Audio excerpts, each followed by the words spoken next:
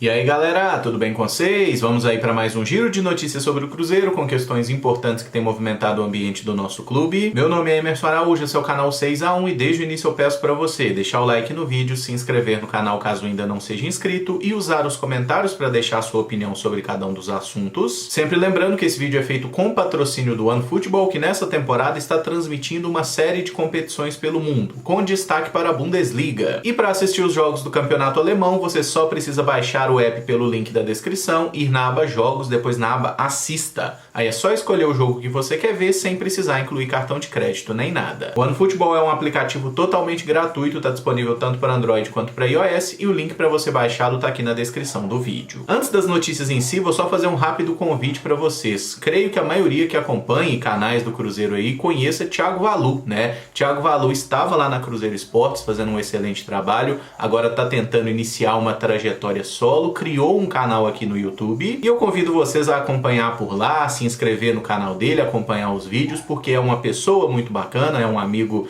de longa data desde os tempos de faculdade e é um excelente jornalista, um excelente profissional. Então fica esse convite aí, mais um canal de qualidade entrando, né, como é a Cruzeiro Esportes, o Cruzeiro, tantos outros, tem muito canal legal aqui com estilos diferentes abordando o Cruzeiro e o Thiago Valu está trazendo mais uma proposta. Então eu convido vocês a conhecer que eu tenho certeza que vocês vão gostar. E falando do time, o Cruzeiro está em Teresina, no Piauí, onde fecha a preparação nessa terça-feira, últimos treinamentos, para amanhã, 8h30 da noite, enfrentar o Tum Tum do Maranhão pela Copa do Brasil. Aí você pode achar um pouco estranho, mas o Cruzeiro está no Piauí, sendo que ele vai jogar no Maranhão? Sim, é porque a capital, Teresina, é bem mais perto da cidade de Tum Tum, que seria a capital do Maranhão, São Luís. A logística para esse jogo de fato é bem complicada, né? O Cruzeiro viajou de avião de Belo Horizonte para Teresina na segunda-feira, também conhecida como ontem. Nessa terça à tarde, à noite, o time vai para a cidade de Tum Tum, uma viagem de ônibus aí entre 4 e 5 horas de chão, dorme lá na cidade de Tum Tum para fazer o jogo depois e aí tem toda a logística da volta também,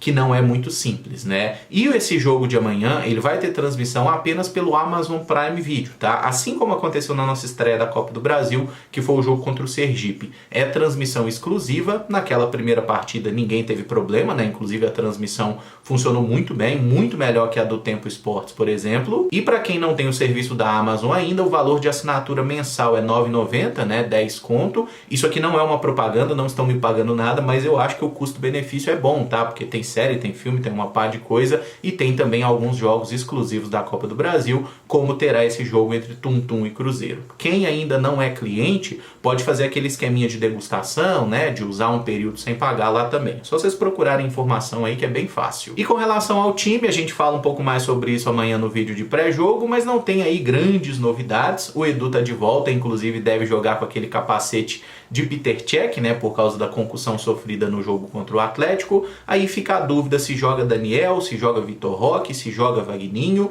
No último jogo, por exemplo, o Pessolano tirou o Roque e o Daniel no segundo tempo, pode ser para preservá-los para esse jogo. Ali no meio-campo tem uma dúvida se jogam João Paulo e Canezinho mais uma vez, se volta o Pedro Castro. Enfim, tem opções, mas a gente já conhece bem a estrutura de time do Cruzeiro. E para relembrar com relação ao regulamento da competição, na segunda fase da Copa do Brasil é jogo único, não tem vantagem para ninguém. Quem ganhar passa adiante, se empatar, definição nas cobranças de pênalti. E quem ganhar, né, quem conseguir seguir adiante, recebe R$ 1.900.000 de premiação. Indo para especulações, o Globo Esporte noticia que o centroavante Caio Dantas foi oferecido ao Cruzeiro, que busca mais um jogador para a posição. O Caio foi artilheiro da Série B em 2020 pelo Sampaio Corrêa e nessa temporada está no Água Santa, onde jogou 8 partidas e não fez gol. Eu não assisti nenhum jogo do Caio Dantas nessa atual temporada, tá? Realmente assistir jogos do Água Santa não é o meu esporte favorito. Se isso for um crime, considerem-me culpado. Em 2020 a temporada dele foi muito boa no Sampaio Corrêa, né? Inclusive o Marcinho, que passou aqui pelo Cruzeiro, era o principal jogador ali, uma dupla de ataque, digamos assim, era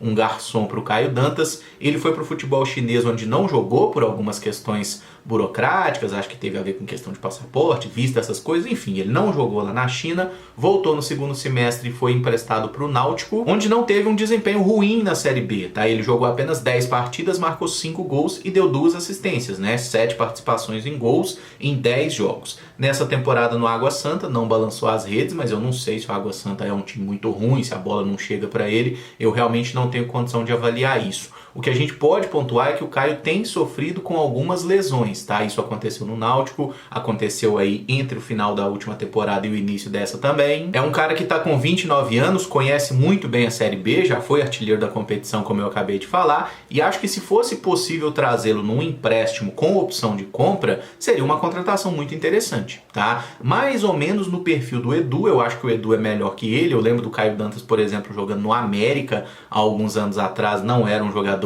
que me impressionava, mas ele evoluiu bastante, né? Tanto que conseguiu marcar gols em diversos clubes diferentes, coisa que não está acontecendo esse ano. O Pessolano já deixou bem claro que busca sim mais um centroavante por causa da saída do Thiago, vai chegar um jogador com esse perfil e acho que o Caio Dantas cabe muito bem dentro da realidade do Cruzeiro, dentro daquilo que a gente pode ter por disputa por posição no ataque. Se vier, acho que é uma contratação interessante sim. Agora, se o pessoal do Água Santa quiser vender o jogador, quiser uma grana para trazer, aí eu já olharia com péssimos olhos aí essa compra, justamente porque é um jogador que não tá bem nessa temporada, tá tendo um histórico de lesões recentes, isso já aconteceu no Náutico, como eu falei. Então, assim, empréstimo com opção de compra, chega de graça, com passe fixado ali, por mim, beleza, irmão. Pode trazer, que esse cara já provou que pode ser útil na Série B. Mas se precisar investir para trazer, eu não acho que seja um investimento muito seguro. O jornalista Jorge Nicola, do portal Super Esportes, afirma que o Cruzeiro tem interesse no goleiro Pedro Rocha, de 23 anos, que atualmente defende o Atlético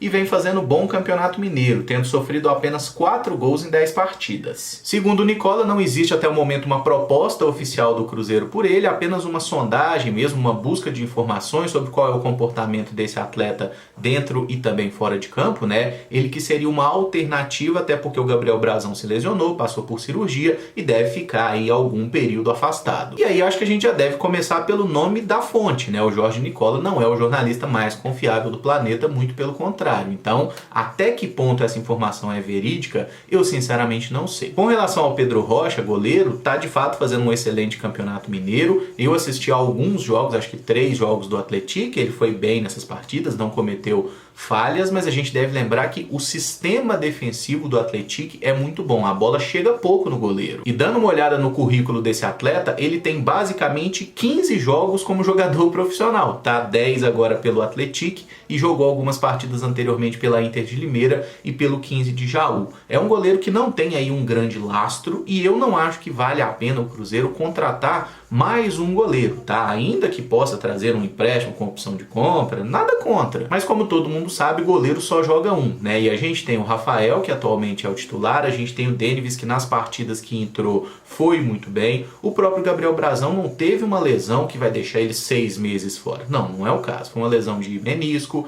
já iniciou o processo de recuperação, já fez a cirurgia. Claro que cada caso é um caso, uma recuperação não é igual à outra, mas pelo que a gente vê da maioria de jogadores que fazem esse tipo de cirurgia, é coisa de 2, 3 meses o cara já volta à ação. Então acho que enquanto o Brazão não é uma alternativa, a gente pode se virar assim com o Rafael, com o próprio Denis. Tem lá o Rodrigo Basílio, que deve ser agora o titular do Sub-20, que é um goleiro também muito promissor, de muito futuro. Tem o Otávio, que é o goleiro do Sub-17, que desde a temporada passada já treina na Toca da Raposa, é considerado assim um fenômeno, um cara muito acima da média. Então eu não vejo a posição de goleiro como um setor que o Cruzeiro precise buscar mais jogadores, tá? Acho que a gente já está coberto. Se porventura quiserem trazer o Pedro aí por uma opção, uma experiência e tudo mais, beleza, mas acho que se o Cruzeiro pensar em botar grana nisso aí, também não vale a pena, até porque é um goleiro que provou muito pouco, né? 15 partidas no profissional é muito pouco para se ter aí uma certeza. Uma boa notícia do jogo do último domingo contra o Pouso Alegre é que o Cruzeiro teve um lucro líquido de R$198 mil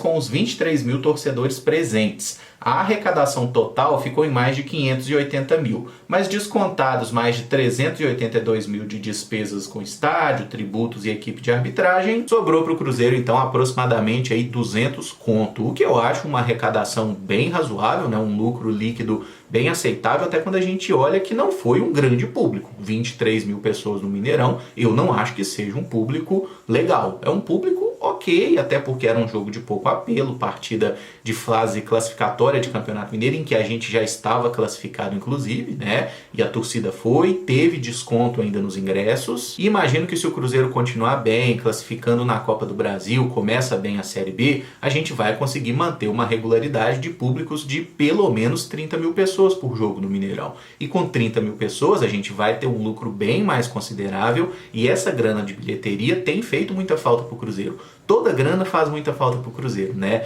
Mas hoje que a gente não tem mais aquelas arrecadações do passado de mais de 100 milhões só de verba de TV, esse é um dinheiro que ajuda demais a pagar as contas do mês. E uma notícia importante que foi divulgada ontem inicialmente pelo Super Esportes é que Ronaldo quer mudar alguns detalhes para efetivar a compra da SAF do Cruzeiro.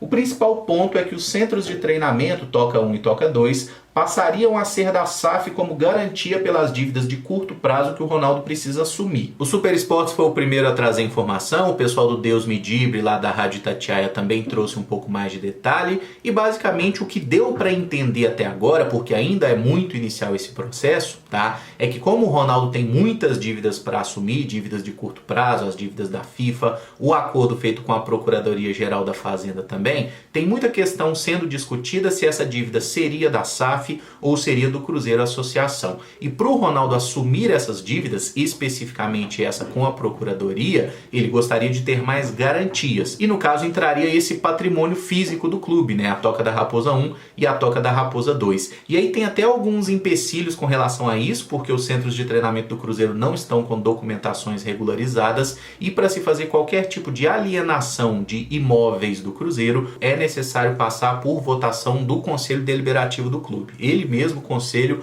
continua existindo, só não manda mais nada no futebol, mas nesse tipo de caso, né, como os patrimônios são do Cruzeiro Associação, eles têm que dar a aprovação. Acho que até o momento nós temos poucos elementos para ter uma opinião formada sobre essa história, tá? Ah, o Ronaldo não quer botar dinheiro nenhum no Cruzeiro e agora está querendo tomar o centro de treinamento. Bom, a gente tem que considerar o valor da dívida, que ele entra como solidário nas dívidas da associação se elas não forem pagas num prazo de 10 anos. E quando a gente pensa no objeto em si, né, um centro de treinamento de futebol, ele faz até mais sentido estar incluso na SAF do que fazer parte do Cruzeiro Associação, né? O que o Cruzeiro Associação vai fazer com o patrimônio? Mas poderia vender esses patrimônios eventualmente para pagar dívidas? Sim, é uma parte disso. E é por isso que tudo tem que ser discutido com calma. Não acho que a gente possa tratar tudo como, dá tudo na mão do Ronaldo e ele que se vira, ele sabe o que faz. Não é bem assim, tá? Até porque o Ronaldo, eu acho que todo mundo já entendeu isso, ele não comprou o Cruzeiro porque ele ama o clube. Ele comprou o Cruzeiro porque ele viu uma oportunidade de negócio, de fazer um investimento e obter muito retorno mais para frente, tá? Se o Cruzeiro estiver organizado, o que pode sair de dinheiro daí é um absurdo. O problema é que para conseguir arrumar a casa do Cruzeiro é muito complicado, tá? Mas com relação ao Ronaldo em si, eu acho que todo o processo dele, desde a chegada, a compra, o envolvimento da XP, tudo carece de transparência nessa história, né? O Ronaldo vai investir 400 milhões. Serão 400 milhões investidos quando? Como? Com qual destinação? Tudo isso deveria ser colocado de forma mais clara, documentada no papel, para que todo mundo entenda qual é o processo que está sendo conduzido. Eu acho que falta isso. Assim como falta lá atrás o pessoal da XP ter colocado assim, nós estamos aceitando a proposta do Ronaldo, teve essa proposta e essa outra proposta aqui, que eram inferiores. Nada disso veio às claras até agora. Aquele prazo que foi estabelecido para que seja concluída a diligência e o Ronaldo faça a compra, ainda tem aí aproximadamente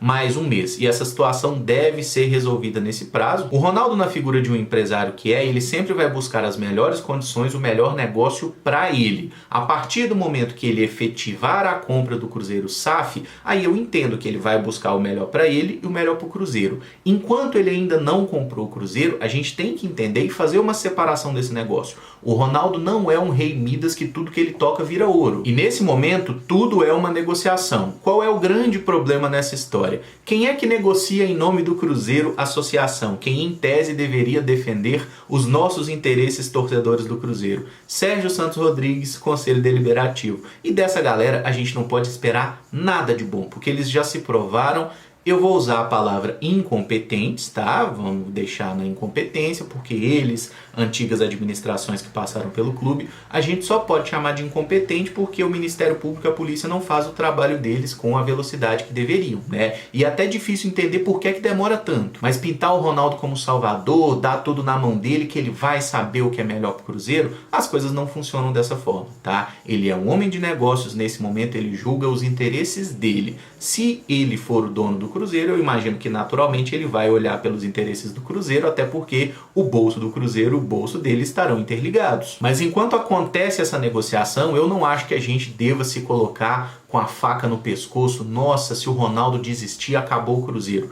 Ele não é o único empresário que existe no futebol, tá? Tem outros investidores por aí, talvez não seja uma proposta tão interessante quanto o pessoal da XP julgou, até pelo tamanho da figura do Ronaldo, é possível. E eu tenho plena convicção que o Cruzeiro, da forma que estava sendo tocado pelo Sérgio, pela galera dele, a gente ia acabar assim, tá? Só que não existem apenas essas duas opções, Ronaldo ou Sérgio. Existe um mercado para clubes de futebol e o Cruzeiro poderia sim buscar outro possível investidor caso não haja sucesso nessa negociação com o Ronaldo. Mas a minha torcida nessa história é para que haja sim um consenso. E aí tudo tem que ser negociado, né? Por exemplo, você pega lá o valor dessas dívidas aí com a procuradoria, faz uma avaliação de quanto custa aí cada um dos centros de treinamento. Será que esse valor bate? Será que o Ronaldo precisaria injetar um pouco mais de grana? E uma coisa que eu acho primordial, tem que ter um plano para o investimento do Ronaldo. Não é simplesmente vou botar 400 milhões em 5 anos, ou em 10 anos, ou no tempo que eu quiser. Não pode ser assim. O Cruzeiro tem que ter alguma garantia. O Ronaldo não quer garantia? Por que o Cruzeiro não tem garantia de nada? E como eu disse, não acho nenhum absurdo centro de treinamento de futebol fazer parte da SAF. Acho que, inclusive, isso é coerente. Mas a gente tem que ter calma para entender, para conhecer um pouco mais os detalhes dessa história. Até agora vazaram algumas informações por parte do Cruzeiro, porque pela equipe do Ronaldo não vaza nada.